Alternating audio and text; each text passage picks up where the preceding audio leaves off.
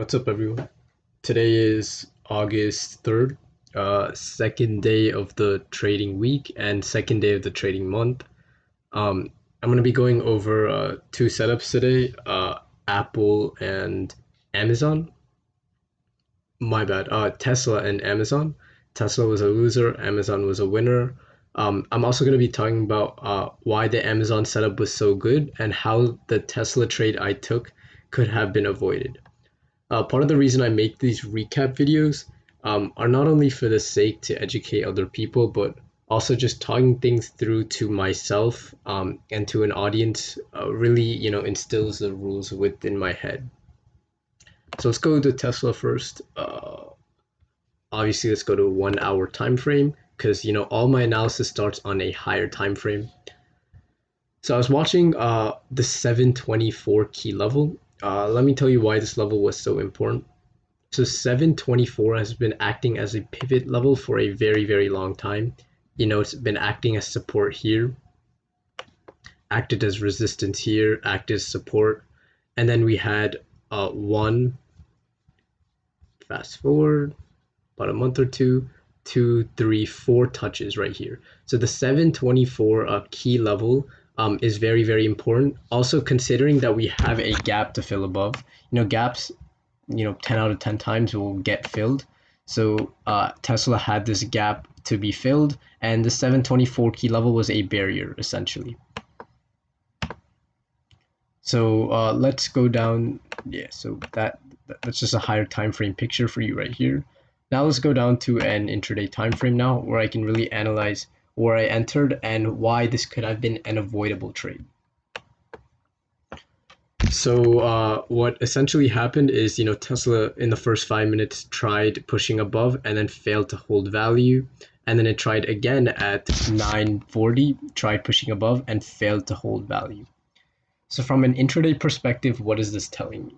This is telling me that despite volume being present in the open, sellers are clearly stacked at the 722 level. Every time we try getting to the 722 key level, or not key level, the 722 level, sellers push us right back down. So I have a checklist of things I need to be checked off before I take a trade. One of them is price action. Is there relative strength? Is there weakness? What are the wicks telling me? And in this case, the wicks are clearly telling me that there's sellers stacked at 722. So that is, automatically a red flag. I don't want to take a breakout of high of day anticipating 724 because I know there's sellers stacked at 722. If there were lower wicks, then that would tell me that, buyers are present and we're getting ready for a move higher. But in this case, these two upper wicks were enough to tell me to avoid the trade. But in the moment I got caught up, I executed right here, right before high of day, right before the 724 major key resistance area. And then when we had a 5 minute candle close right here, I stopped out for $100 loss. So loss wise, it wasn't too big. It was still a decent sized loss, but the main thing is that this trade could have been avoided, but in the moment I got caught up and I executed. So those are just the little things that I still need to work on. The other setup I took today was Amazon, and Amazon was just a beautiful setup. I missed the right entry, but I did find a second entry. So a couple of things that I really, really liked about Amazon. So you can see that Amazon pulled back from the open. Or actually, before I go to an intraday perspective, I'm gonna go to a higher time frame just so you can see what levels I was watching and why they were of importance. So if you were trading last week, you know that Amazon gapped down significantly over 200 points. And for the last 2 days, it's been consolidating. It has a resistance level right here at 3364, 3365. On top of that, it has this wedge pattern. So to me, a breakout of this wedge targeting 3364 seems to be a solid plan for Amazon. Let's go down to an intraday time frame now. You can see that, Amazon, same thing as Tesla, failed to hold value, pushed lower. And then what really, really caught my eye was that Amazon started moving back towards the wedge on increasing volume.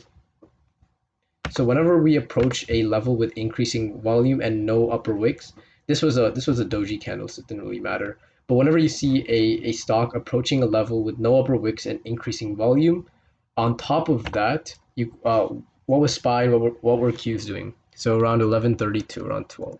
So from 11:30 to 12, what was SPY doing? SPY, aggressively moved up, broke high of day, broke pre-market high, was holding value. What was NQ doing? NQ did the same, broke high of day, broke pre-market high, and was holding value. So the best plays come not only when there's momentum and volume for the equity, but when the market and SPY and QQQ back up your play. So that's why Amazon had such a good chance of working out. The proper entry, in my opinion, was this 5 minute RBR before the wedge. However, I didn't set alerts and I missed this push up. So then I was just waiting for a retest of this wedge. So when we pushed above and retested the wedge at 12:05 and buyer stepped in, I entered one contract of Amazon. Size down because I was already down on the day. So at this point, I like to see my plays go almost instantly, but Amazon took some time, and the reason I was able to wait mainly came from SPY and Qs. You can see that while Amazon was consolidating, SPY and Qs were still holding value above pre-market high, above high of day as well. And I mean, I think the same goes for NQ. NQ pushed above high day, it came back down, but it was still holding value. On top of that, Amazon never had a 5 minute candle close below the wedge. So what really happened is, buyers, every time we dipped below the wedge, we got bought right back up. And finally, what really allowed me to stay in this trade was the fact that a 30-minute RBNR was forming. So I pretty much just entered on the basing candle on the retest of the wedge. But seeing this 30-minute RBR play out and seeing how SPY and Qs were holding value near high of day, I had the confidence to hold for all 30 minutes essentially. So then, I pretty much, my patience was really good here, held for the 30-minute RBR. Where I went wrong was not sticking to my profit target of 3365.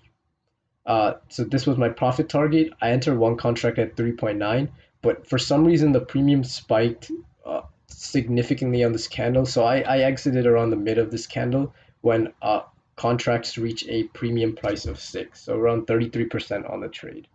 And if I waited for price to even just touch my resistance level, that would have been an extra $2, and an extra $200. And then if I waited to see how price would react at this level, that would have been another $200. So I essentially missed out on a $400 move.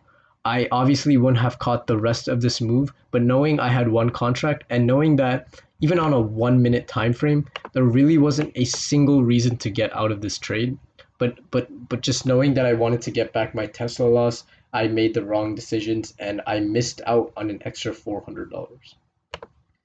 So my trading has been going decent, but it's just minor things like these, just waiting for my entire plan to hit my targets to hit, and just avoiding trades which I know I can avoid, like Tesla there.